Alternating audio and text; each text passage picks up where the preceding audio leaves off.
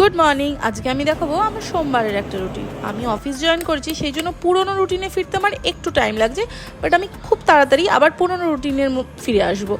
অত সকালবেলা উঠে জিম গিয়ে, জিম থেকে ফিরে ঘরের সব কাজ করে নিজেকে ফ্রেশ করে অফিসের জন্য রেডি হয়ে ঠাকুরকে দিয়ে তারপর নিজের টিফিন প্যাক করাটা না একটা ভীষণ হেডটিকের কাজ।